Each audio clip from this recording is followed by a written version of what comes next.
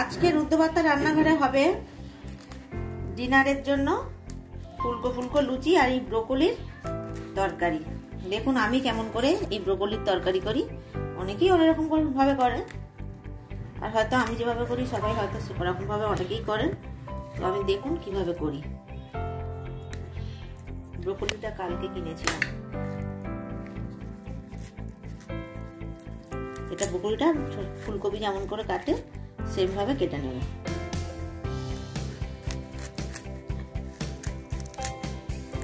এত নরম না এটা, এটারও তরকারি হয় জানো তো। আর এইভাবে ফুলগুলো কেটে নেব। ব্রোকলিটা পিস পিস করে এরকম ফুলগুলো বার করে নিয়ে এটা ভালো করে ধুয়ে নিয়েছি। আর নতুন যে শীতের আলু, সেই আলুগুলো আমি একটু বড় বলে 2 টুকরো করে নিয়েছি, আর ছোট ছোট হলে একটু গোটাও দিতে পারেন। আর এখানে 5টা পেঁয়াজ নিয়েছি, কাঁচা লঙ্কাটা যে যতটা ঝাল খাবেন সেই অনুযায়ী নেবেন। আমি এটা নিয়েছি ঝালের জন্য। আর 2টো টমেটো নিয়েছি। আচ্ছা, এই টমেটো আর কাঁচা লঙ্কাটা আমি পেস্ট করব, আর পেঁয়াজটা আমি খুব ছোট ছোট করে কেটে নেব। আর এখানে মটরশুঁটি একটু নিয়েছি। আর আদা রসুনটা আমি এখানে বেশি করে পেস্ট করে সবসময় ফ্রিজে রেখে দিই, তো সেটাই নিয়ে এসেছি। পরিমাণ মতো দিয়ে দেবো, যখন আপনাদের বলে দেবো। আর তো লবণ লাগছে, বাটার লাগবে শেষে একটু, কাশ্মীরি লঙ্কা, আর ফোড়নের জন্য গোটা গরম মশলা, হলুদ, জিরে, আর এই যে ধনে। আর অবশ্যই সর্ষের তেলে বানাবো, আপনারা অবশ্যই কিন্তু সাদা তেলে বানাতে পারেন। তো আমি পেঁয়াজটাকে কেটে নিই, তারপরে এটা পেস্ট করে ফিরে আসি। পেঁয়াজটা কেটে নিয়েছি। আচ্ছা, এখানে টমেটো কাঁচা লঙ্কা পেস্ট করে নিয়েছি। আর একটা আপনাদের চোখের আর একটা কাজ করে নিয়েছি, আলুটা একটু নুন দিয়ে ভাপিয়ে নিয়েছি। আর নতুন আলু তো একটু ভাপিয়ে নিয়েছি, নিলে রান্নাটা তাড়াতাড়ি হয়ে যাবে। তা গ্যাস অন করে দিয়েছি। প্রথমে আমি ব্রোকলিটা হালকাভাবে একটু ভেজে নেব। অল্প করে প্রথমে একটু তেল দিয়েছি, ব্রোকলি আর আলু একটু ভাজা যাবে, তো প্রথমে ব্রোকলিটা ভেজে নেব।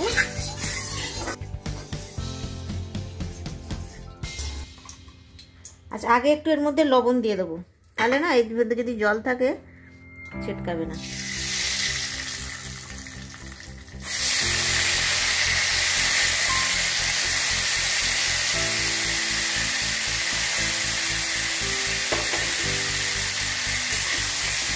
খুব বেশি ভাজবো না, হালকা করে ভাজবো।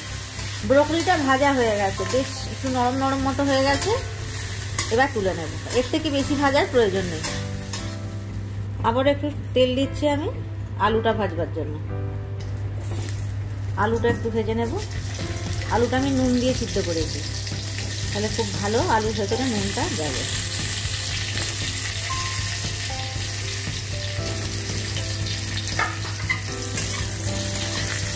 এবার এটা একটু ভেজে নেব। আলুটাও ভেজে নিয়েছি, কিন্তু আলুর মধ্যে আমি সামান্য একটু হলুদ দিয়েছি কালারটার জন্য। দেখুন আলুটা মোটামুটি ভাজা হয়ে গেছে, এবার তুলে নিই। এবার দেবো আমি একটু বেশি করে তেল, কারণ এবারে রান্নাটা শুরু হচ্ছে। এতক্ষণ তো ভাজাভুজি হলো। এবার আমি এখানে যে গোটা গরম মশলা নিয়েছিলাম আর তার সাথে একটু জিরে, সেটা আমি ফোড়নে দিয়ে দিলাম। ফোড়ন থেকে মিষ্টি একটা গন্ধ বেরিয়েছে। এবার আমি পেঁয়াজটা দিয়ে দেবো।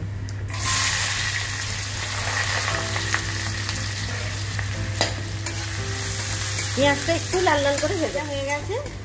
এর থেকে লাল আর করবো না। এই সময় আমি আদা রসুন বাটা দেব, 1.5 চামচ মতো দিলাম। এটা একটু ভালো করে কষিয়ে নেব।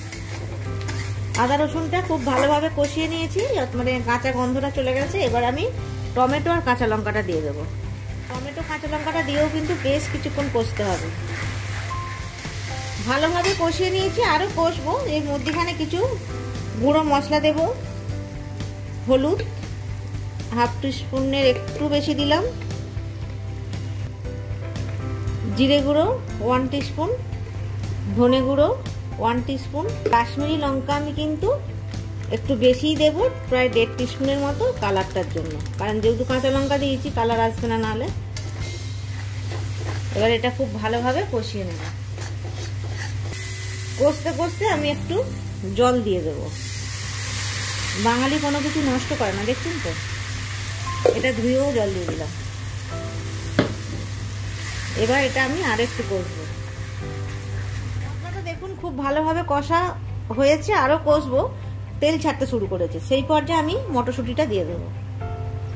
আর আমি যেহেতু ব্রোকলি যখন ভেজেছি তখনও আমি লবণ দিয়েছি, আলু সিদ্ধর সময় লবণ দিয়েছি, তাই লবণটা একটু বুঝে দিতে হবে।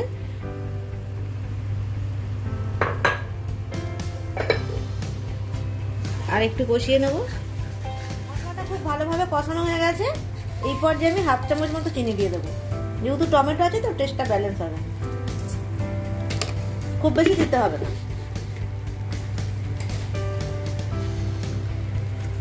আমাদের কষা কিন্তু হয়ে গেছে, খুব সুন্দরভাবে মশলা কষা হয়েছে। এবার আমি ব্রোকলি আর আলু দুটোই দিয়ে দেবো। ব্রোকলি বেশিক্ষণ লাগবে না সিদ্ধ হতে, আর আলু তো আমি হাফ সিদ্ধ করেই নিয়েছি। এটা ভালোভাবে কষিয়ে নেবো। আর পাশে আমি গরম জল বসিয়ে দিয়েছি, এর মধ্যে আমি কিন্তু গরম জল অ্যাড করব। ভালোভাবে এটা মিশিয়ে নিই। সুন্দরভাবে কষিয়ে নিয়েছি, বুঝতেই পারছেন আলুটাও খুব সুন্দর নরম হয়েছে, আর ব্রোকলির তো খুব নরম, ফুলগুলো খুব সুন্দর নরম হয়েছে। একটু এই পিছনের যেগুলো কি বলে ডাঁটিগুলো একটু সিদ্ধ হলেই হয়ে যাবে, তার জন্য আমি গরম জল করে নিয়েছি। গরম জলটা দেব। একটু ধৈর্য ধরে রান্না করলে কিন্তু সবার রান্নাই খুব সুন্দর হবে। একটু কষার কাছে কিন্তু রান্নার টেস্ট।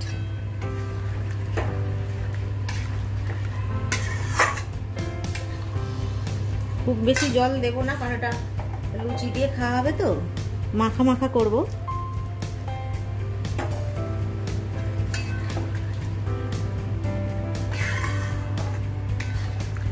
এটা আমি একটু ঢেকে দেবো। 5 মিনিটের বেশি এটা আমি ঢেকে রেখেছিলাম, একদম লো ফ্লেমে।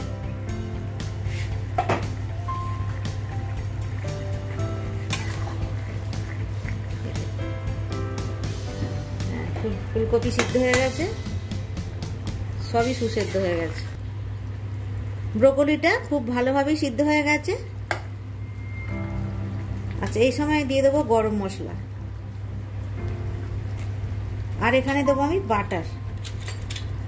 আপনারা ঘি অবশ্যই দিতে পারেন, তবে ব্রোকলি থাকলে বাটার দিলে এর স্বাদ কিন্তু অনেক বেশি ভালো লাগে। 1 চামচ বাটার দিয়ে দিলাম। আপনারা একবার বাটার বা আর একবার ঘি দিয়ে বানিয়ে দেখবেন, দুটোর তফাৎ আছে অনেক, সেই জন্য বাটারটা দেওয়ার চেষ্টা করবেন। আমাদের রান্না কিন্তু কমপ্লিট। এই দেখুন একদম মাখা মাখা হয়েছে, এটা আরেকটু টেনে নেবে ঠান্ডা হলে। এবার পরিবেশন করে দেখাবো।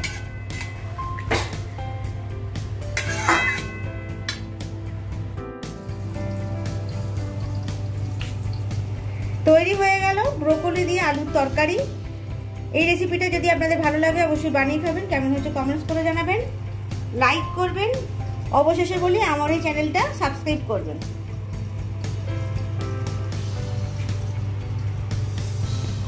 এটা সরাবো।